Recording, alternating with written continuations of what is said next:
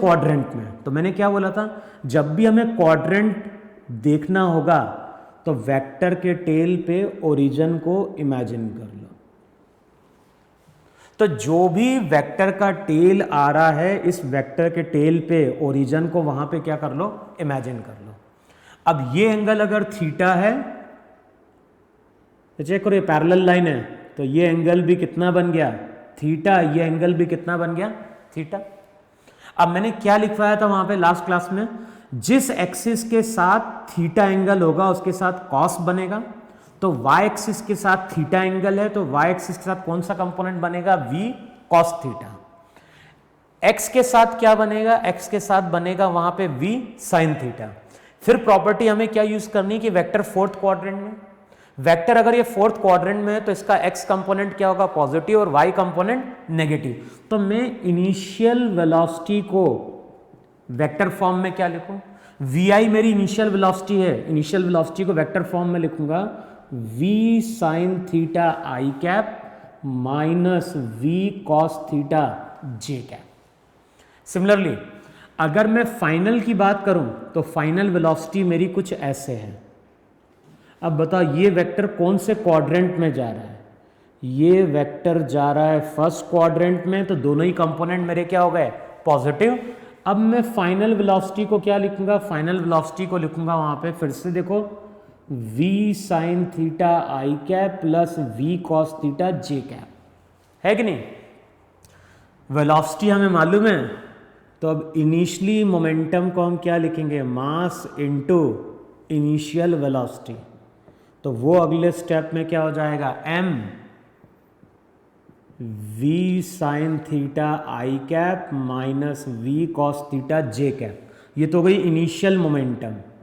Final momentum को क्या लिखोगे, m इंटू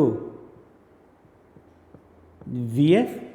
अगले स्टेप में वैल्यू पुट करोगे तो रिजल्ट हो जाएगा m into v sine theta आई कैप प्लस क्या हो गया, v कॉस थीटा जे कैप। अब ये तुम्हारा इनिशियल मोमेंटम है, ये तुम्हारा फाइनल मोमेंटम है। मुझे कैलकुलेट क्या करना है, चेंज इन मोमेंटम। तो लिखो फाइनल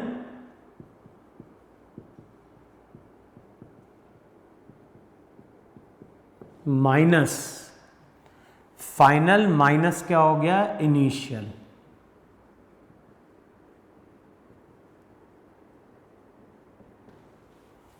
अब इसको सॉल्व करोगे वहां पे तो रिजल्ट क्या बन जाएगा, रिजल्ट बन जाएगा वहां पे क्या चीज कैंसिल आउट हो जाएगी, v sine theta cancel out होगा और ये दोनों ऐड हो जाएंगे। तो रिजल्ट आता है 2mv कॉस थीटा जे कैप। इसका मतलब है कि जब ये बॉल इस तरह से कोलाइड करके रिबाउंड करेगी तो बॉल के मोमेंटम में चेंज आएगा कितना, 2mv कॉस थीटा। ये तो हो गया उसका मैग्नीट्यूड, ये हो गया इसका मैग्नीट्यूड। और इसका डायरेक्शन क्या है, इसका डायरेक्शन है अलोंग पॉजिटिव वाई एक्सिस। तो जो भी मोमेंटम में चेंज आएगा वो किस डायरेक्शन में होगा, मोमेंटम में चेंज होगा along positive y axis. Clear हुआ इतना, तो नोट डाउन करो, ये सेकंड एग्जांपल था वहां पे, क्लियर। तो इतना नोट डाउन करो, मैं थर्ड एग्जांपल तुमसे डिस्कस कर रहा हूं।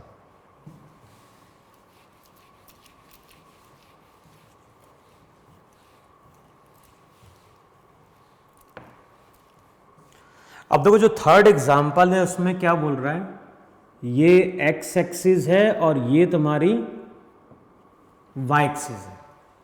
जो भी डायग्राम है, डायग्राम तुम्हारा इमेजिन करो हॉरिजॉन्टल प्लेन में है, यानी ये तुम्हारा हॉरिजॉन्टल प्लेन है। इस हॉरिजॉन्टल प्लेन में मैंने क्या बोल दिया, ये एक्स एक्सिस है और ये मेरी यहां पे क्या है, वाई एक्सिस है। अब साथ में यहां पे डिफाइन किया गया है डायरेक्शन भी, ये बोल रहा है ईस्ट, वेस्ट, नॉर्थ और ये हो गया साउथ। तो जो भी डायग्राम है वो हॉरिजॉन्टल प्लेन या ग्राउंड पे है और यहां पे डायरेक्शन शो कर दिया है ईस्ट, वेस्ट, नॉर्थ और साउथ। अब क्वेश्चन में क्या बोलता है, क्वेश्चन में बोल रहा है कि a person is moving along. ये क्वेश्चन जो है हर हर मॉड्यूल में दिया होता है और ये क्वेश्चन IIT JEE का बहुत पुराना क्वेश्चन है। आई थिंक इन्हें 83 1983 या 1984 का क्वेश्चन है ये। क्वेश्चन में क्या बोलता है, क्वेश्चन में बोलता है कि a person is moving with constant speed, v जो है v इसकी स्पीड है। तो क्वेश्चन में क्या बोल रहा है, person is moving with constant speed along east with 10 metre per second. Question में या तो क्वेश्चन में ऐसा क्या बोल रहा है, क्वेश्चन में बोल रहा है अ पर्सन स्टार्ट्स मूविंग, यहां पे t की वैल्यू 0 है, ऐसा लिखो। क्वेश्चन में क्या बोल रहा है कि t इक्वल्स टू 0 पे एक पर्सन है और ये person constant speed 10 metre per second से अलोंग ईस्ट चलना स्टार्ट करता है। ध्यान है, ये वेलोसिटी नहीं है, ये 10 मीटर पर सेकेंड है स्पीड। स्पीड का मतलब होता है वेलोसिटी का मैग्नीट्यूड। जो वेलोसिटी का मैग्नीट्यूड होगा वही हमारी क्या कहलाएगी, स्पीड कहलाएगी। तो क्वेश्चन में क्या बोल रहा है, a person starts moving along east with 10 metre per second, लेकिन आफ्टर सम टाइम, मान लो कुछ टाइम दे दिया यहां पे टी डैश और टी डैश टाइम दे दिया 5 सेकेंड। तो क्वेश्चन में क्या बोलता है कि t इक्वल्स टू 0 पे ये पर्सन ईस्ट की तरफ चलना स्टार्ट करता है, लेकिन 5 सेकेंड जब कंप्लीट होते हैं तो ये पर्सन मुझे मूव करता हुआ दिखाई देता है टुवर्ड्स नॉर्थ। और ध्यान है इसकी स्पीड कांस्टेंट है, तो स्पीड तो वही है 10 metre per second. Clear? Question में क्या बोल रहा है, पर्सन ने अपना डायरेक्शन कांस्टेंट नहीं रखा है। जैसे मान लो ये आगे की ओर ईस्ट है, तो पर्सन ईस्ट की ओर चलना स्टार्ट किया, लेकिन पर्सन साथ में अपना डायरेक्शन क्या करते जा रहा है, चेंज करते जा रहा है। और आफ्टर 5 सेकेंड ये पर्सन हमें मूव करता हुआ दिखाई देता है अलोंग नॉर्थ। अब क्वेश्चन में क्या पूछता है, क्वेश्चन में पूछता है फाइंड आउट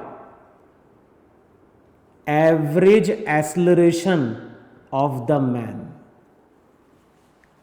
है कि नहीं? कई बार एवरेज एक्सेलरेशन पूछता है, कई बार क्वेश्चन में चेंज इन वेलोसिटी पूछता है। अब देखो हमें एवरेज एक्सेलरेशन का भी फॉर्मूला नहीं मालूम है, तो वहां पे लिखो गिवन।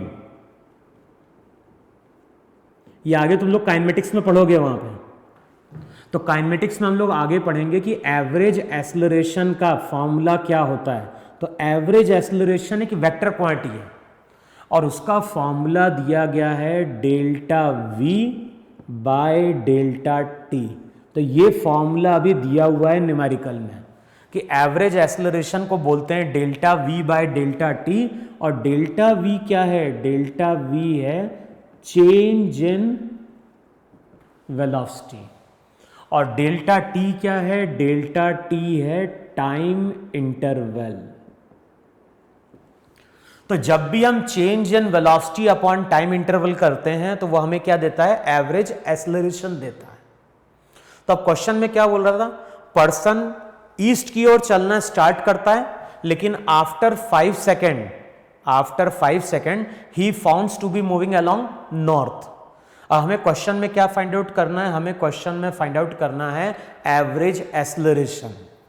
अब देखो सबसे पहले हम क्या कैलकुलेट करें, सबसे पहले हम कैलकुलेट करें change in velocity. Change in velocity को क्या लिखोगे, final velocity minus initial velocity.